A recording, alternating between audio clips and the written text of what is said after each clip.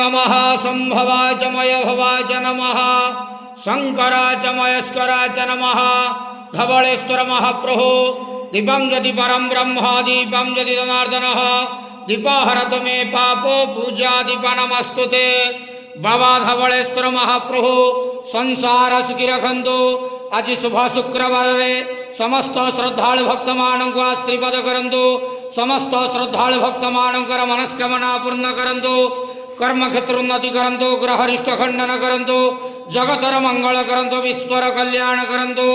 आपणकर नाम प्रकाश करंतु सेवकर डाक श्रवण करंतु समस्त गुआवसा भक्त मानकर मनस्कामना पूर्ण करंतु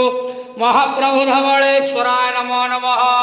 संसार सुखी रखंतु नंदे गवार हरि बोलो आज शुभ शुक्रवार रे समस्त श्रद्धालु भक्त मानक आशीर्वाद करंतु नंदे गवार हरि।